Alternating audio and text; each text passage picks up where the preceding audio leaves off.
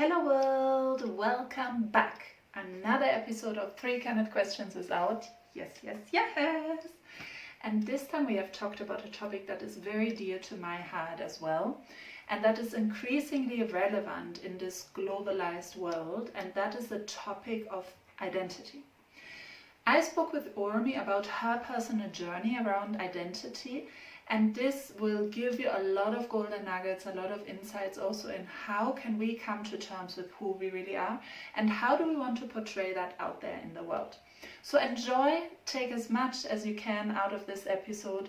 Let us know your thoughts and donate on the link in the YouTube channel or in the audio versions. As always, thank you for your love and support. Speak soon.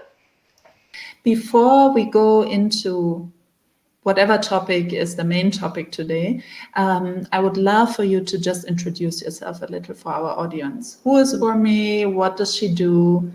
How would you define yourself? Sure. So my name is Urmi, and I live in Montreal. I work in the financial services industry. It's been 6 years that I've been working in this industry. I come from an educational background of finance, and I work in finance as well. Yes. And I'm a full-time employee, but I also study. So I'm a little bit of both. And I also like to think of myself as a student for life. Ooh. And I identify myself to people as Italian Bengali. I always say I'm Italian by birth and Bengali by blood. And because I've been living in Canada for so many years, I also became Canadian by law. So I also say I'm Canadian by law. And I'm someone who's very disciplined and very ambitious and determined. So these are probably some of the three adjectives that define me as a person. And I like to go after what I want to achieve in life, basically. So I am a go-getter in a sense. Yeah. Nice. So when you speak about being a student of life, what exactly does that mean for you? So one is learning, but learning like in two ways. So one is like I'm so sorry, I did That's not okay. expect this. I'm so sorry. So one is learning through books, like reading or like studying an actual subject, and the other way is learning through experience.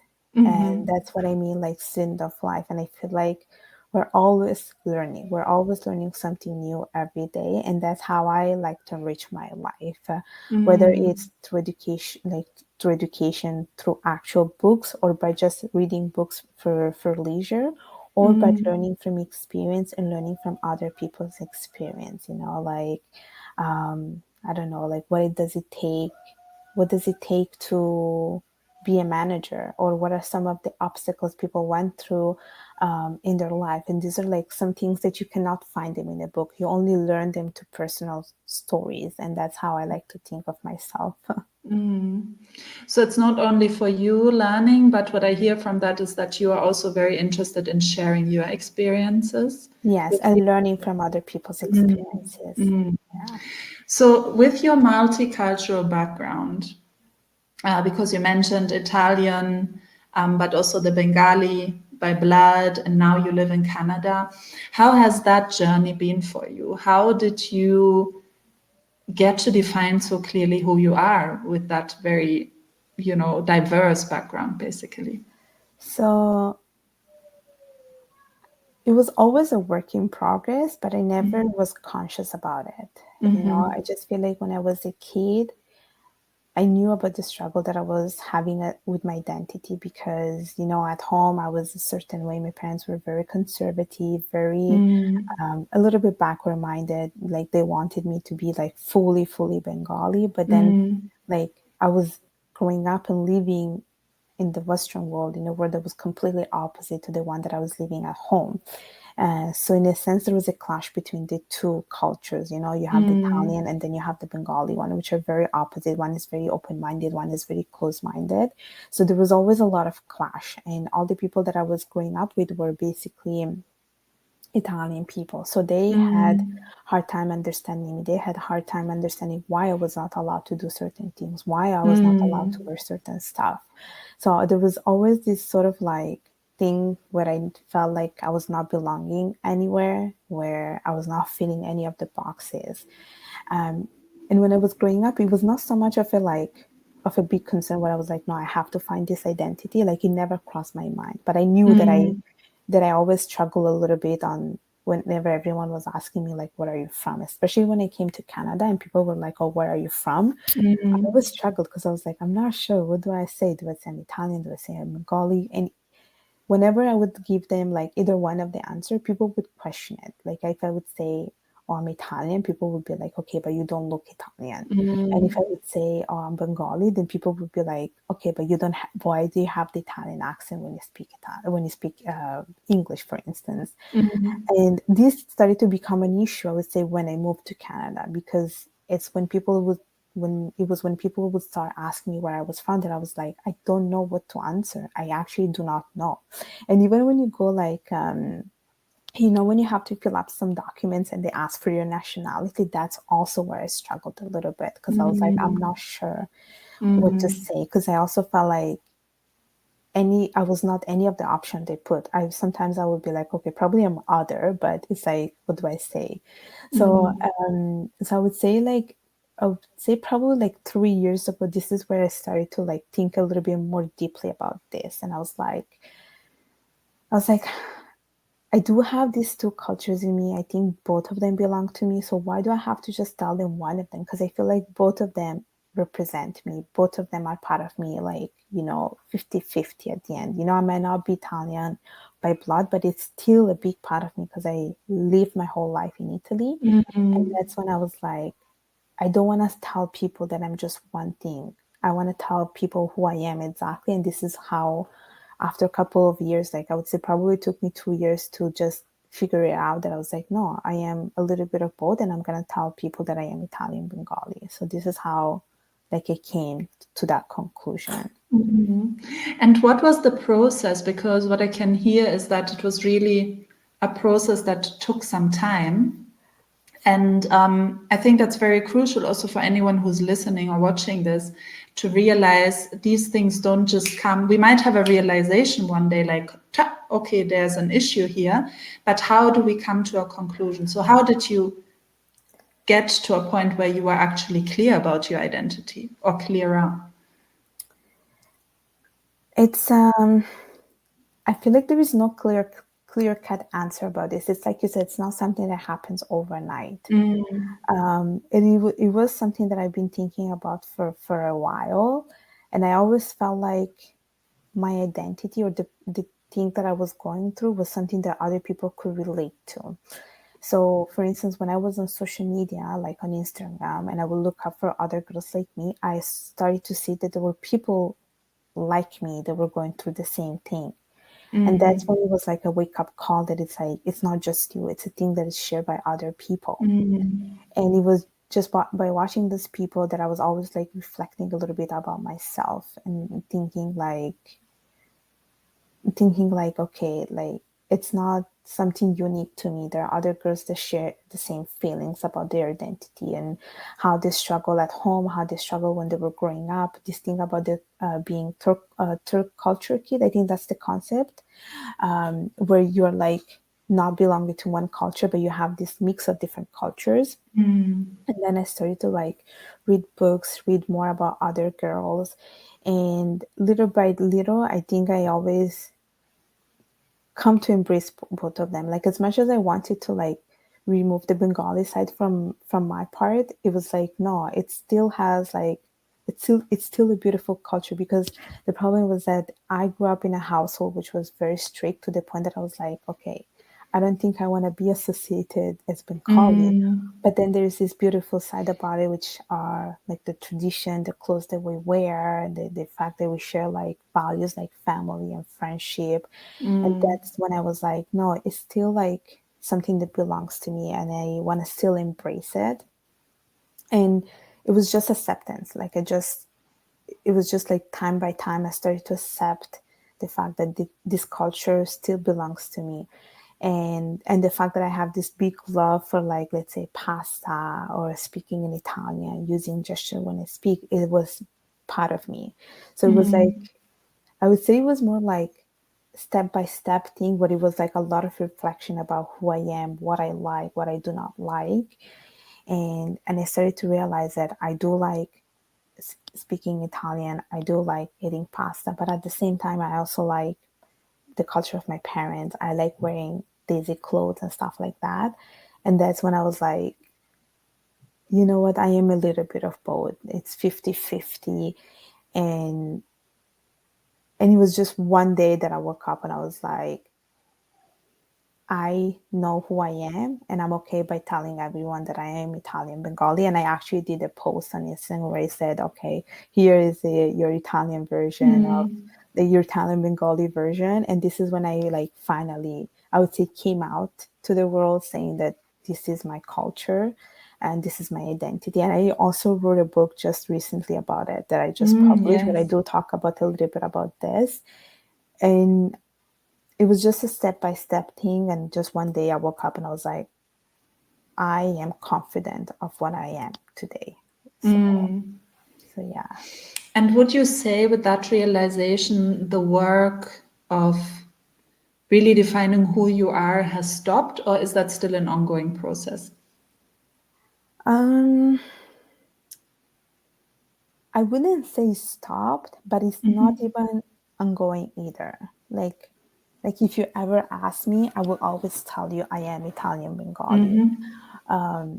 I think there is also that Canadian side that has shaped me in a bit, because I think my whole process unconsciously started from when I moved to Canada. And I think it was because of all those questions that I was always asked, like, where are you from, that made me really, they triggered something in me. And I think Canada, in a way, shaped my identity because, for instance, in Italy, all the people that I met, there were only one ethnicity. They were all Italians. Whereas in Canada, you just find, like, it's a mix of different cultures, you know, like no one is one thing, no, everyone is a different thing. And that's where I started to, like, realize that this could be my home. This is where I could, like, find my identity. In Canada, in a way, did help me to shape that. So I never tell everyone that I am Canadian. Like, I know I am, but I still don't feel 100%, you know. So I would still call Canada my home, and it is part of my identity, but I don't yet present myself to people as Canadian because I think I'm not there yet. So to answer your question, like, did it stop? It did not.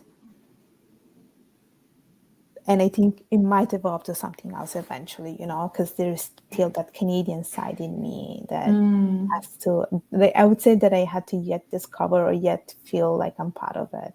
But for now, I don't feel like telling people, okay, I'm Canadian. You know what I mean? Yeah. Yeah. Yeah, but I think what you're saying is really beautiful because it reflects the reality of very many people, I think, in the world today. You know, with globalization and us moving to so many different places, there are less and less places where there's just one ethnicity or group. There's always more and more diversity. So I think what it also reflects is that in our language or in our systems, we still talk in, you know, certain groups. We don't yet fully represent the diversity. And I think that's why you were sort of pushed to reflect on your identity.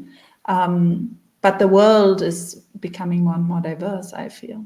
Yeah. And I think at the end, you choose who you want to be, you know, like some people, maybe, let's say they're born in Canada and their parents are from, I don't know, let's say they're from France or they're from Italy, but they still want to define themselves as Italian and they don't want to be associated to Canada at all. So at the end of the day, I think it's you deciding who you want to be, and it's not the society deciding for you. Because I feel like for me, it was always the society deciding for me who I am. Like, especially when, like, they would ask me, where are you from, and they would always question it. It's like, why are you questioning it? Like, I am deciding who I am. I'm gonna tell you who I am. You should not question it. So I think at the end you have to choose who you want to be and no one else, and you don't want anyone else to decide for you. And that's it, I would say. Yeah. Yeah. And I have a question on that because I can imagine when we grow up in a very conservative household, it might not be so easy to actually break out of that because we have been socialized in a certain way. And I would like to know, how did you get to a point where you would actually say, like, no, I want to do things my way and I want to make my own decisions? To be honest, when I was in Italy and I was like living with my parents, it never crossed my mind. Like it never crossed my mind. I want to do things my own way. I want to like make decisions for my own. It never did. It never did because I think my parents like they taught me to think their way, and I never questioned it. That was the problem. So I never questioned it. I always thought that whatever they were teaching me was the right way. And because they only have like one way of thinking, I never saw that there were like different ways of thinking. And it was, I would say, it was only after moving to Canada when I started to see like, I feel like Canada is like, it really like the land of opportunities, and it just opened up my mind to so many things. That's when I started to realize that, you know what, there is no one way. There are multiple ways of achieving things in life. You can take different paths, and it's not the same path for everyone. And it's not the same, it's not a race. Everyone achieves whatever they want to achieve at their own terms, at their own time. And I feel like sometimes the society tells you that you have to do everything in a certain way in a certain time. It's almost like it's a race, but it's not. It's really not a race. And I would say, so when I was living with my parents, it never crossed my mind. And it literally came to the last, I would say, in the last year that I was like, no, I'm gonna make decision on my own. I'm gonna decide what I want to do in my life, you know. So some of the things that I do right now, for instance, like volunteering or doing public speaking, writing my first book. These are some of the things that never crossed my mind, for instance, because I was never thought of like doing these things. Or for instance, like even the book that I just published, like no one is aware of this. Like my family do not know that I wrote this book, for instance, and would they be okay with that? I don't know. If they read it, I don't know if they're going to be happy about it. I don't know. So, for instance, these are some of the things that I was never thought of doing, but I decided to do them after seeing the fact that you can do it on your own. Like you don't need anyone to tell you that you have to write a book. Or, for instance, like I would say even having my own blog, my own YouTube channel. And I think all these little things, they just empowered me. Like all this little action that I took, they just empowered me personally to make decisions on my own, to do things that I like, and to like also empower other people. And and that's how I felt like it just gave me a little bit more of confidence, a boost of adrenaline to do things that I want to do in life. Okay. So there must have been some sort of hunger or thirst for something different in you for you to even move to Canada, right? So there must have been a spark in you even before, without maybe even realizing, sort of wanting something different. Yeah, I would say probably there was something in me wanting to have something different, which is why like I moved to Canada. And when I moved to Canada, I had like no clue about anything, like literally zero clue about what I was going to face. Like the winter, for instance, is like super cold. That's one thing that I never thought of. I remember when I went to university, I was so like mesmerized. Like it's like it's like a kid in like Wonderland, you know? So you see all these new things and you're like, wow. And I remember like my first reaction when I moved to Canada was just seeing so much diversity. It was incredible. Like I remember going to school, going to university and seeing so many people from different countries. It was so like eye-opening. Seeing so much diversity in Canada was eye-opening because I was like, I don't think I would have ever met these people, this so much diversity if I have never moved to Canada. And this is why I always feel like Canada did help a little bit to shape my identity and to find myself, and just like trigger those like thoughts in my mind about my identity as well, because I feel like everyone here has an identity, like when you ask people, they know where they're from, they know what to say, whereas I struggle a little bit. And yeah, and this is why I always feel like my experience in Canada has been like so grateful, because it really did help me through the whole process to find myself, to discover myself, because I do feel like it's a land of opportunities. Like everywhere I go, I always get to meet different people from different backgrounds who have different opinions, and that also like trigger a lot of thinking, because it just helped me to see that there is no one way of thinking, there are different ways of thinking, you know what I mean? And you don't have to fit a box. That's one thing that I realized when I moved to Canada, that you can literally create your own box, like literally. And you don't, like, you can choose whichever box you want. No one has to choose for you. And if someone is listening to this now and thinking like, oh my God, this resonates so much with me, but how do I start? What's your advice for anyone who is scared to take the first few steps? How do I start? It's a tough question, if I have to tell you the truth, because I also feel like I never had a starting point. I don't, like, if you ask me if I had a set defined starting point, I'd never had it. Like it was never in me. I just feel like I always had like unconscious thoughts in me, but I never came to realize them. And I Yes. think I think everything has to start always with you, and it has to start with what you want to do in life and what you like and what you do not like. And I think that's how you start to realize, okay, maybe this is who I am. Because I feel like it also, the way it started with me was a few years ago when I was like doing things that I liked. So for instance, volunteering, it made me realize that I am a very altruistic person, and I never thought about that. Then, for instance, doing public speaking, I never thought about going to a Toastmaster club and, speaking in front of a crowd. And that made me realize that I am probably a very confident woman. And then the fact that I have a blog, and now that I have published a book, it made me realize that I have a love for writing.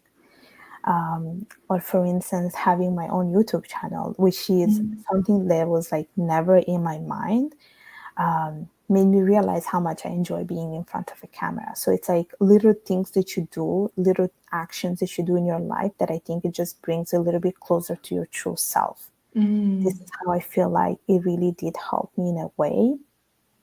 And I feel like these actions unconsciously really helped me to find myself. And Yes. another one, it was also like when I was, for instance, looking for a job and I got so many rejections, and I would like get very, really, really upset. But then I feel like all this rejection just gave me a clarity of what I don't want to do in life.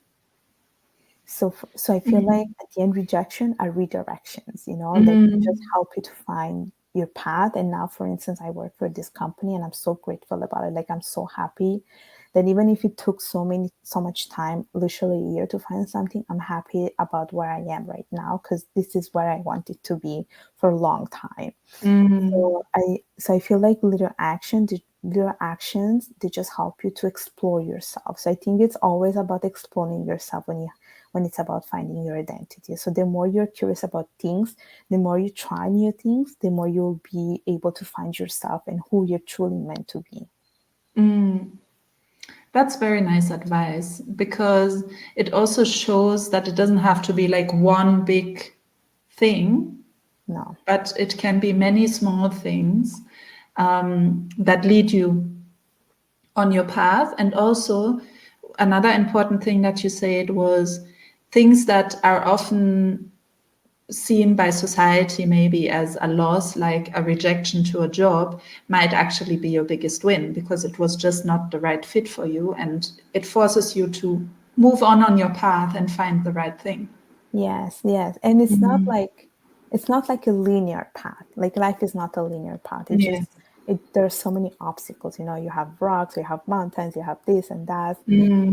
And I feel like this is the fun of it. It's like it's difficult, but then it makes you very strong and resilient at the same time. And I feel like that also how it has helped me too, because I never realized that, you know, every time I was like let down by something, every time I was upset to something, it was just helping me to become a bit more resilient and become a bit stronger. And I think that also shaped my identity too. So it does take a lot of work. It is a lot of there are a lot of challenges, but challenges are supposed to be make you like tenacious and very resilient. And these are like important things that everyone should have in their personality. Yeah. So do you have like very specific goals in your head now about what you want to achieve, or is it more something that comes to you as, free flow? It's funny because it's both. It's actually Okay. both. It's actually both. Because a lot of the things that I have achieved so far, there were things that I had in my mind, but some they just happen on the go. Yeah. So, for instance, so public speaking, for instance, was something that I was doing when I was in university, but then I stopped. And then at some point, I was like, okay, I want to do a TED talk. So, if I want to do a TED talk, I have to go back to it. So, I went back to public speaking. So, that was a defined goal that I had in my mind. But for instance, YouTube blog was not defined. They were not defined. There were things that happened on the way. And it was just because I was led by my curiosity. So, for instance, I once did an interview with a friend on YouTube, and it was my first time. And after like finishing the interview, I just realized that, you know what, I think I want to continue to do more of this. So I got to do a bit more interview with some other friends. And then the more I was doing it, the more I was comfortable with those. So I was like, okay, you know what, I will probably just create my own YouTube channel. So I did it. It was something that was like on the go, and it was not in my to-do list. It was not in my bucket list, nothing of that sort. And then when I did my blog, it was the same thing. I was just talking on the phone with my sister, and then she was like, "Oh, you know what? I want to have a blog." And then I was like, "You know what? Maybe I should do it too." So I created my blog just like that. And then as I was like creating my blog, I realized that I have something like creative in me that I was not sure of. So I just started to realize, okay, I'm very creative in a way. And then uh, the last thing that happened was like me self-publishing my own book, which happened literally 2 months ago. So this one was like something that I always had in my mind, but I did not think I was going to do it now. And so, for instance, like I was like, yeah, I'm gonna write a book once in my lifetime. Okay, this was the plan. But then 2 months ago, I was speaking to someone, and I think I was just motivated by this person. And I was like, you know what? I'm just going to go ahead. I'm going to go and write it. So I literally took me 30 days to write it. And then I was like, I'm just going to go and publish it. So I would say this one was like on the go, but it was also set defined, like a Yeah, defined yeah, goal. yeah. And so I did it. And I do have like other plans. Like I know for sure there are some other things that I want to do. So for instance, I do want to publish a second book. I'm thinking if I should have my own podcast eventually, because people they're like, oh, you know what, you seem to have like a natural talent when it comes to this. So I'm thinking about that. So I usually like define my goals when people are like giving me ideas. These are ideas that I did not think of. And then I do want to create a course, for instance, like an Italian course and a finance course. And who knows what might be on the way? You know, some things that I do not know the unknown yet. And I think that it's like something that I'm going to discover through time. Yeah. Yeah. So if when like it's something that I'm always discovering. So I'm always open to things, and I'm always discovering what I want to achieve in life. So I do have a list of things that I want to achieve, but there are also other things that I'm not aware of that I will probably also achieve eventually sometime in the future. Yeah, which is another beautiful lesson because it shows us that once we stay in action and we sort of move on our path, that's when opportunities come to us because we are also saying something by our actions. And I feel what you just described shows that so beautifully. Like you start something and then the YouTube channel happens through that, or the blog, and it's not something that was cast in stone, but it just is in line with who you are and who you now want to be also. Yeah. And I also got a good suggestion with like a good advice from one of my closest friends. So she was like she's always encouraging me to try new things, because her advice was that the more you do things, the more you're gonna get closer to your true self. So that was the biggest lesson that I learned from her, that it's like I have to continue to like try new things, because that's the only way that I will learn about myself and who I am. And I think so far I did learn that. Like I did learn that I'm very ambitious, that I am a go-getter, that I'm very determined, and I know that I do achieve my goals when I stick to them. So she, like, her advice really helped a lot to really find myself, and this is what I've been doing so far, just trying different things and see where it leads me, even though like some of them might not work out, they might be a failure, but this is part of life. It's a trial and error. You have to try until you find what's the right fit, basically. Yeah, absolutely. And I can sort of hear that people's input does play a role in your life as well, like, the kind of advice you listen to and so on. So how would you say you choose your people who, support you and cheer you on and so on, to make sure you can actually achieve? So I choose people that strive me. Basically, I choose people that support me and encourage me to do new things, and I choose people that are very open-minded. So not only that, but people that are very ethnically diverse. That's one thing that I always look for. But it's not that I'm like looking for that and then I like, if someone is not ethnically diverse, I ignore them. It's not that. It's just something that happens like spontaneously and naturally. Yeah. Because, for instance, when I was in Italy, all my friends were Italian. So I always had one way of seeing the world. But when I moved to Canada, all my friends are like from different backgrounds. Like I have people from, let's say, I still have a lot of people from Italy, but I have people from India, Pakistan. I have people from China. I have people from Vietnam. I have people from like Latin American countries. And I always like look for that, because they always give me different input. Not only do I learn about their cultures, but they also give me different input about their way of seeing their lives. And I do have a very like small circle of friends, and all my friends are very like supportive. And I think you always want to surround yourself with people that are always encouraging you to grow personally. They are like supportive, and I think people that are always there to cheer you up no matter what you do in life. You always want to have those kind of people that, no matter what you do, they will always be there for you. And I think it's so important, because you don't want to have like people that are always negative, because it just adds to it and it just creates a toxic environment.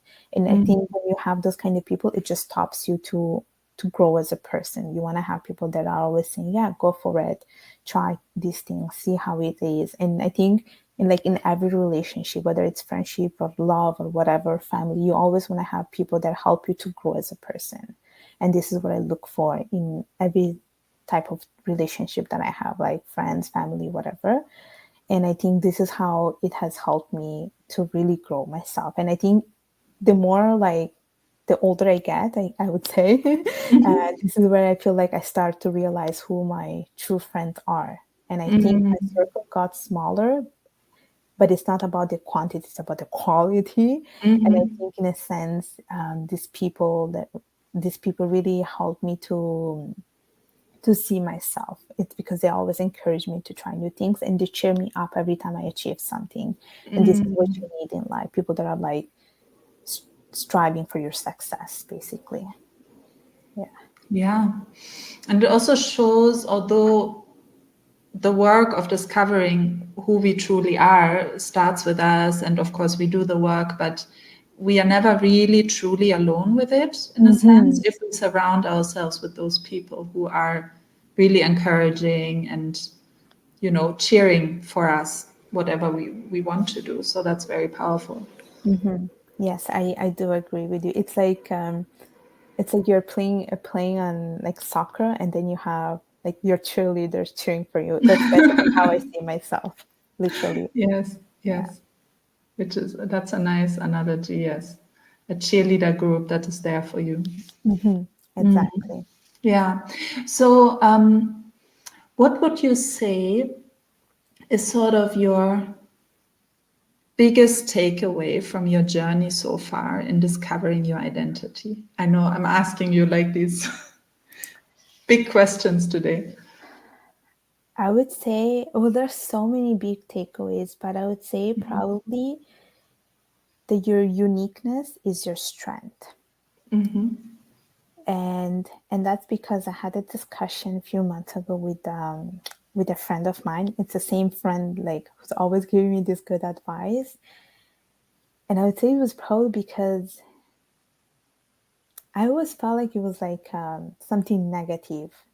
The fact that I was like having, like the fact that I had so many cultures in me. I always felt like it was not a good thing because I could never define myself. But then when I was speaking to her, she was like, you know what? Your uniqueness, it's your strength, it's your asset. It's something that makes you like, how I want to say, like, it's something that makes you very, very unique in a sense, like you're different from others and it makes you stand out. And I never saw it in this way. The fact that I speak, for instance, so many languages, she said it's like, you don't see that everywhere, like it's something rich. You're like rich as a person. So when she said that, I just started to think of myself differently. And I was like, you know what? It's not such a negative thing. At the end, I can say to people, like, I am all these things, and people, will see me differently. And they actually do, but they look me more with, I want to say, like they're mesmerized. There you go. I want to say they're like mesmerized by the fact that, I have all these things in me, that I speak so many languages. And I think I've seen that a lot at work. Like when people look at me and I tell them, okay, I speak this many languages, they're like, oh, wow, that's so nice. And I never thought of that. So I think at the end, like who you are, your uniqueness is an asset to this world. And I would say that's my biggest takeaway, is that do not like choose who you want to be, and choose to be your authentic self. Don't try to be someone else, don't try to be what the society tells you to be, but just be your true authentic self, basically. Which also means you embrace where you come from, all the different parts of yourself, even the ones that maybe in the past you thought like, oh, this is more like a negative part of me. Exactly. Yes, exactly. I embrace everything, because I do see them more as an asset and not as a liability. Yeah. That's a beautiful ending to this wonderful conversation. Thank you. Thank you so much, Urmi, for all the wisdom and sharing your story and sharing also all the things that can be achieved once we actually start taking small steps. Thank you. Thanks for your time and speak soon. Thank you.